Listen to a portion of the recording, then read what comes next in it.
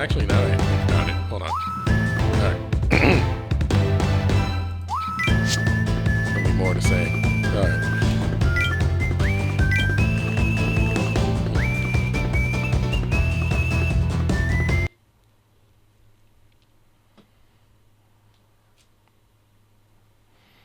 The center of the wasteland, which is South Kanto, is about 25 miles from the eastern edge of Orient City.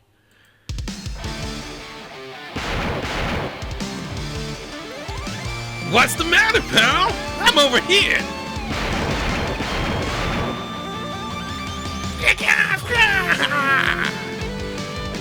Yeah, that's what I'm talking about. File in over here, like pigs in a pen. Now you two! Leave it to my ultimate blazing battery! I am ready! Forgive me, Kaibutsu! Really? Akashi bats balls of fire into Gomesa's tornado, creating a swirl of flame. When are we gonna get combination attacks? This surrounds several Kaibutsu Barrow had lured into a tight group, quickly consuming them in flames.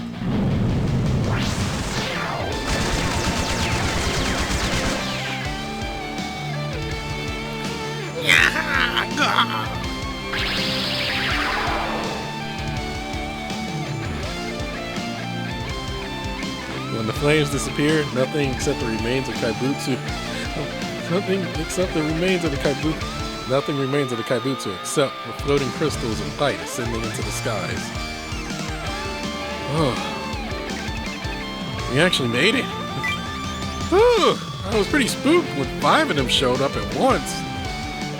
The barrel really came through. I was luring them all together like that. I know we had no choice, Kaibutsu, but I am sorry. You alright there, Gomesa? You look tired, something fierce. Oh, not at all. I am sorry for worrying you. Gomesa! More importantly, is everyone okay? While I am transformed, I must heal. Whoa, even more? They just don't stop coming. Alright, this time out. Leave these jokers to me. Come on, step right up and give me your best shot. Oh. Barrel shoots a few energy rounds at the Kaibutsu's feet to taunt them. Woo-wee! Just what I wanted. Come on, keep them coming. Oh, whoa. Okay, maybe you kept them coming a little too much and too many.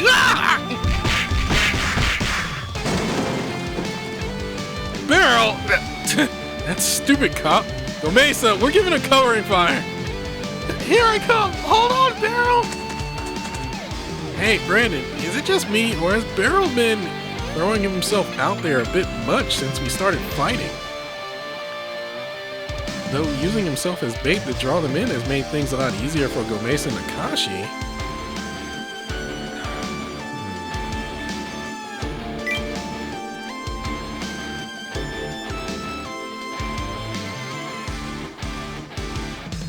Oh. Alright. Alright! Another fight in the bag! Good job, y'all! Barrel, you're all beaten up! Let me heal you! Yeah. Well, when that many monsters is gonna leave me with some scrapes and tears on my gear here and there. Don't worry, though. I'm as tough as they come. I eat nails for breakfast without any milk. Come on, let's hurry on ahead. Are you sure? Well, if you are... Even the Kashi can see it.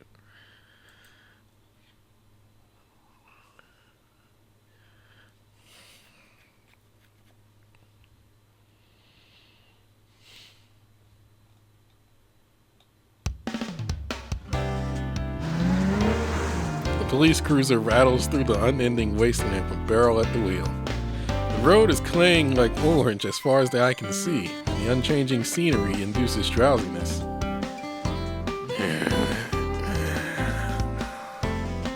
What else? Oh, the sun is so strong. It's like they're on vacation. Hey, Mokdai, you sleep with your belly out, you're gonna catch a cold. Some people want that.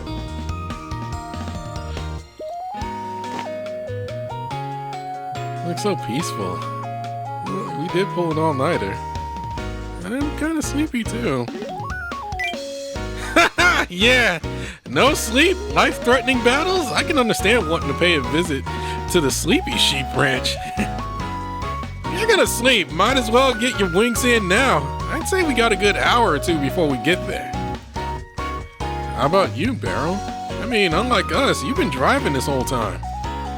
Me, I'm totally fine. I've got to focus since it's real bumpy. There are no cars on the other side, no pedestrians, no road rules. Wait, huh? You hear a loud pop and the car's rattling starts getting even worse. Beryl! Oh, what is happening? Beryl popped the tire. Ah, jeez, looks like I might have done it. Beryl brakes to a stop and you all climb out, and a quick check around the car reveals that the right front tire is as flat as a pancake. Beryl! Yeesh. And that's a puncture if I've ever seen one. Is it just this tire that's punctured?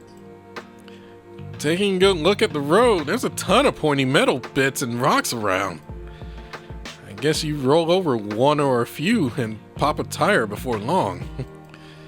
Beryl, do you have a spare tire in the car?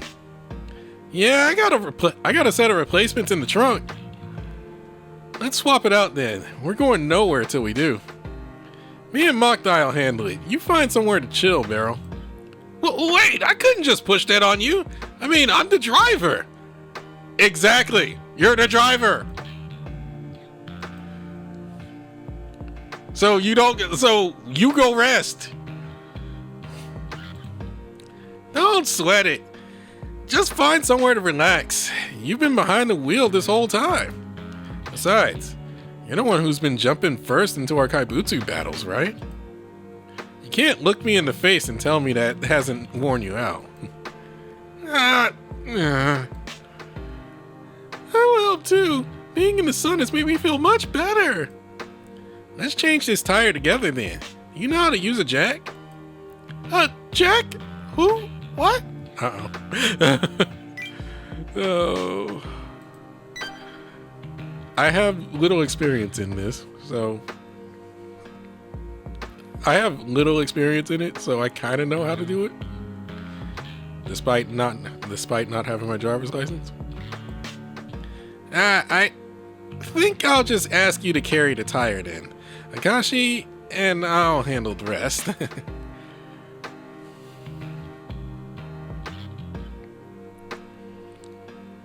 The three begin changing the tire with impressive speed. As for you...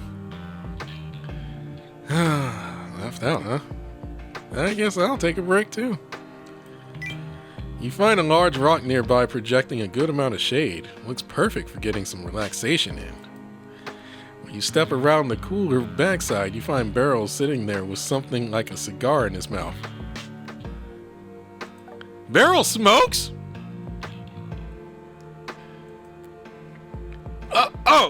Don't have anything to do either, Brandon? Perfect. The more the merrier. This spot here is really nice. I never knew you were a smoker. You smoke cigars? Oh, this? Want one? No. Beryl pulls out a bag filled with similarly shaped objects and offers it to you. You notice the writing on it, which reads extra thick jerky. Wait. Is that? Wait, you're not a smoker? I really like the stuff you can really chomp into, you know? I always keep a bag of these cop treats on me. Oh, this is jerky. Kind of like dog treats, huh? A little too thick, don't you think? Jerky as thick as a cigar. Holy crap. The thickness is what makes it good. Makes it worth biting into. It gets softer when you work it too. Perfect for really taking your time and savoring it. You know, like, look, I don't eat jerky that often, but I think it being that thick is a problem.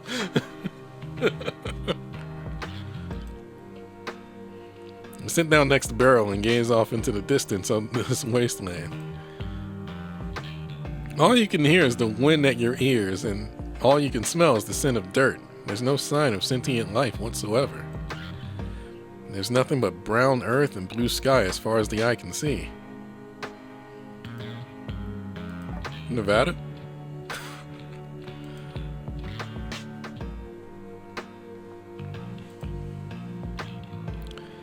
Really is nothing here.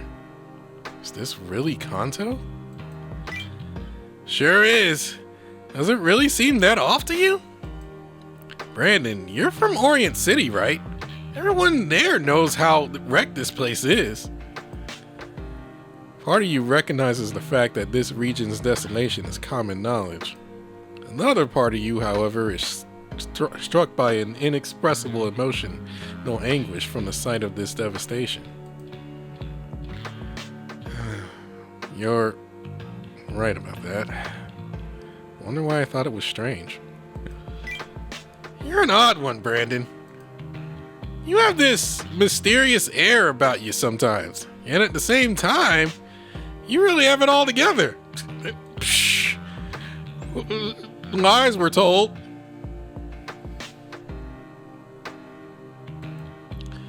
You really know your way around a battle, too. I think I can see why Akashi and the others look up to you so much. They do?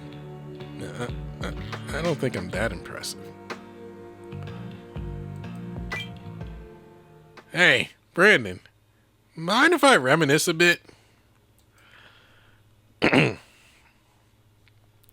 Beryl narrows his eyes and stares across the wasteland, as if nostalgia were transporting him far beyond Japan's eastern sea. Back in this good old boy's home, no one gave a damn about westerns. People thought they were old hat, with no appeal.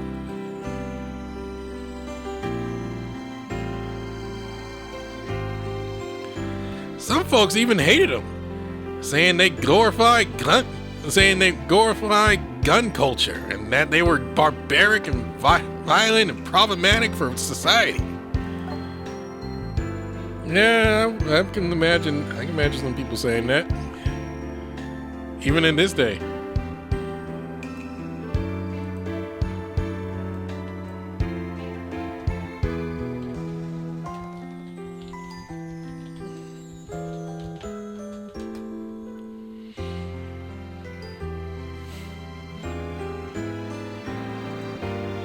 Some parents even balked at the idea of showing their kids a good old-fashioned western. Playing cowboys out in the yard? Out of the question. Yeah, I can see that.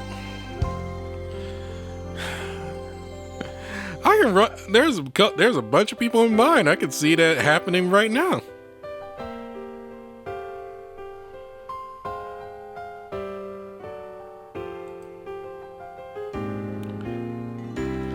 No matter how much society frowned upon the cowboys on the silver screen, I always thought that the sheriffs looked super cool. I wanted to be like them, to be a grown-up who risked his life to do what he thought was right, like a real hero. I applied to the police force and the army. Much to my chagrin of my parents and teachers, a huge argument ensued, which led me here to Japan.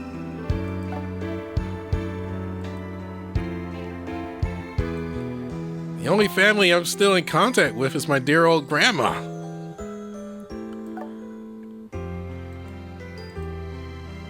Beryl chuckles, a sad chuckle at that, to say the least. That's what you can't have a gun in Japan either, though. That's what brought you here? I know that. Don't worry. Back then, all I wanted to do was get as far away from my parents as I could. That's all.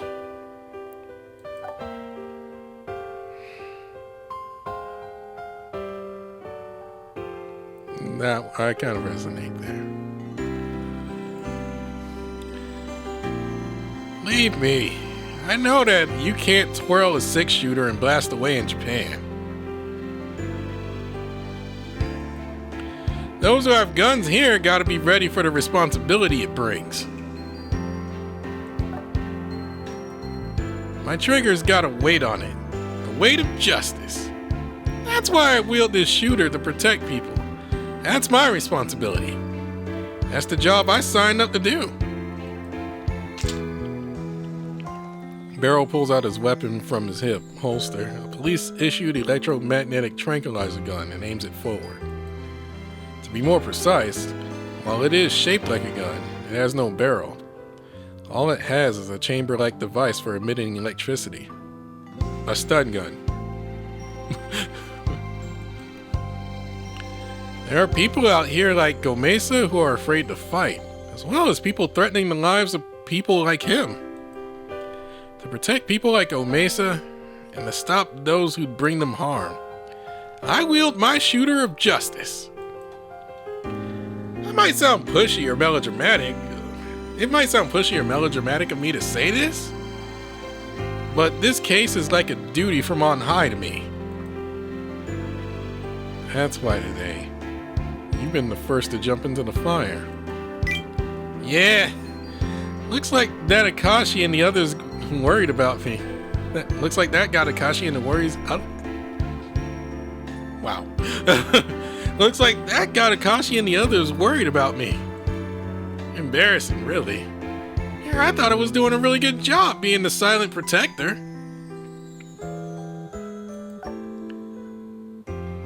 Minus that silent part.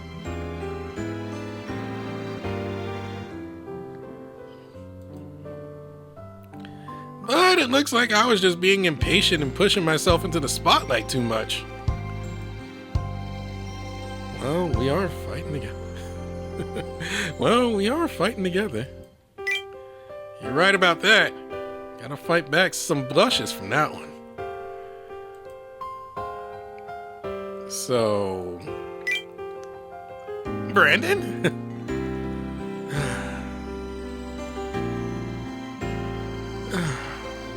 Keep it up. You were really cool.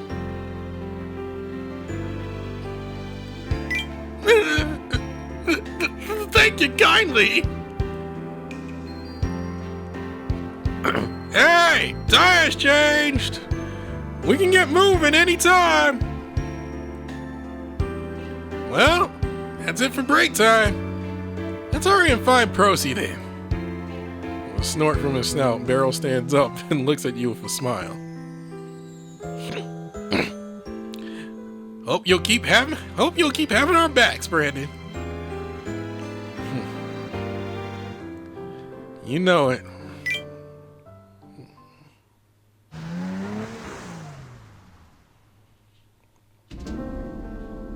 After an hour and a half of rocking in the car, you notice the scenery outside beginning to change.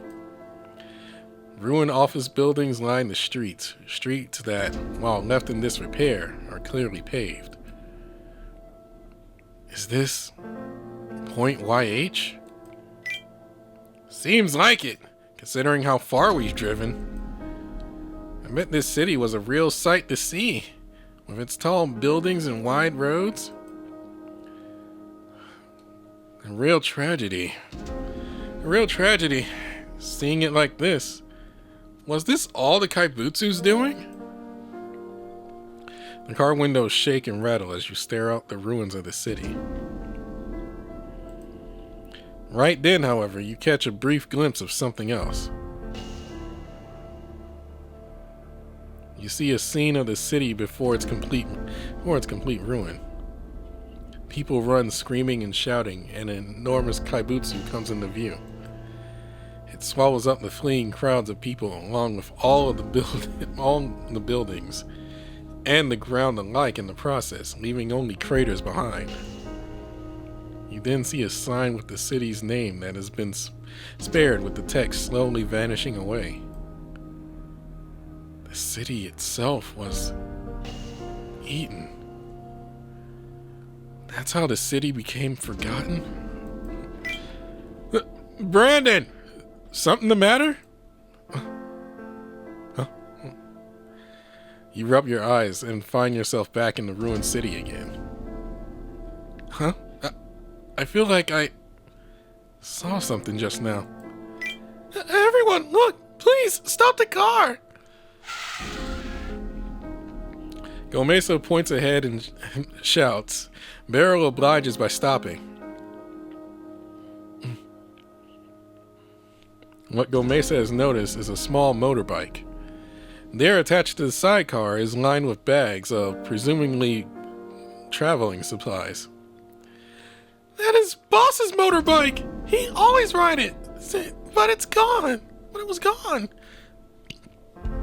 Huh. Surprised by how fancy it looks. Oh, wait, wrong character. Oh, surprised by how fancy it looks. It does look prosy sized too. I guess he rode it all the way here? The engine's still warm. He might still be nearby, or so I reckon. Is it really his? Split up and look for him? In a city this huge? I feel like we'd be the ones who end up getting it.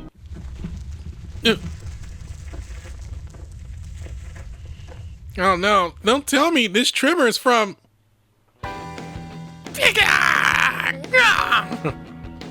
Not again! I knew there'd be Kaibutsu here!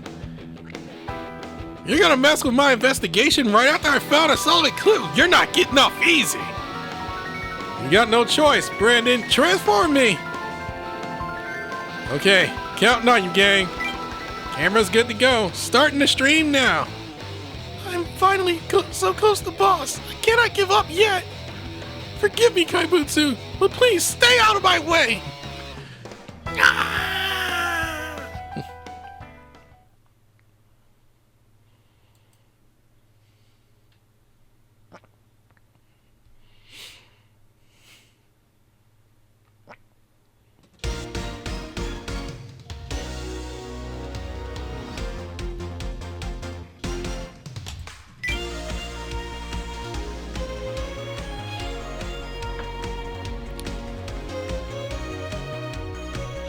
悪巧みなんてお見通しだ。さあ、白黒はっきりさせようじゃないか。そこだ。ガンガン行くっさ。喧嘩はダメですよ。行くぜ。きついな。なんだと。ガンガン行くっさ。どか。喧嘩はダメですよ。見てほしいです。行くぜ。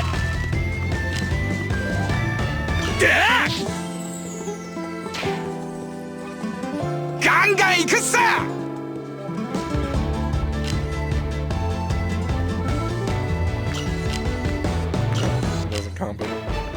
どか。喧嘩はダメですよ。見てほしいです。任せろ。こので全てを暴く立証マブロアシプロー。よし、完勝完勝っと。ま、ヒーロー家業ってのもなかなか悪くねえな。Have I recorded Marvel Aspro?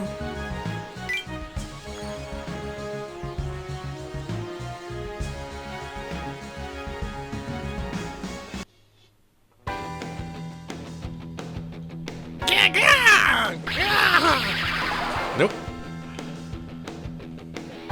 All right, let's go find Procy before we have to deal with more. Too late.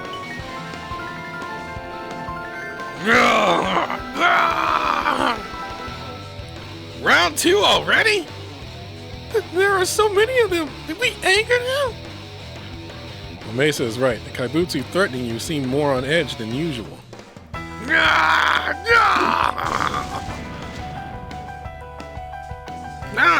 The car! I was borrowing that! One swing from its ferocious arm, tearing the top portion of the police cruiser clean off. They can touch and destroy things in our world. That means they got majors in their mix. Wrong character. if they can touch and destroy things in our world, that means they got majors in their mix. All right, this is bad. What are we doing, Brandon?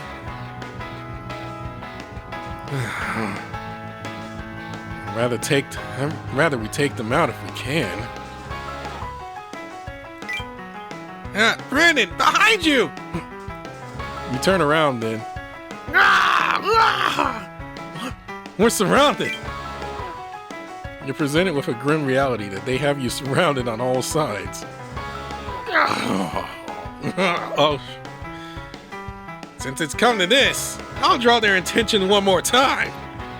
I want you all to seize that opportunity and run for the hills. What, Beryl, you will... He's right, Beryl. This ain't like the other fights. You can't just get away from them on your own. If I get got, I get got. There's no other choice. Listen to yourself. Do you have any idea?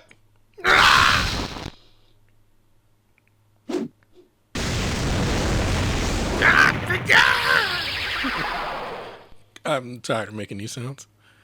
A sudden flash of light shoots from across your field of vision, cleanly piercing straight through the head of nearest to you. Huh? What was... But, Meryl, did you just shoot it? Me? I didn't shoot a thing, but... That attack! Could it be? He's coming. He's gonna yell at us.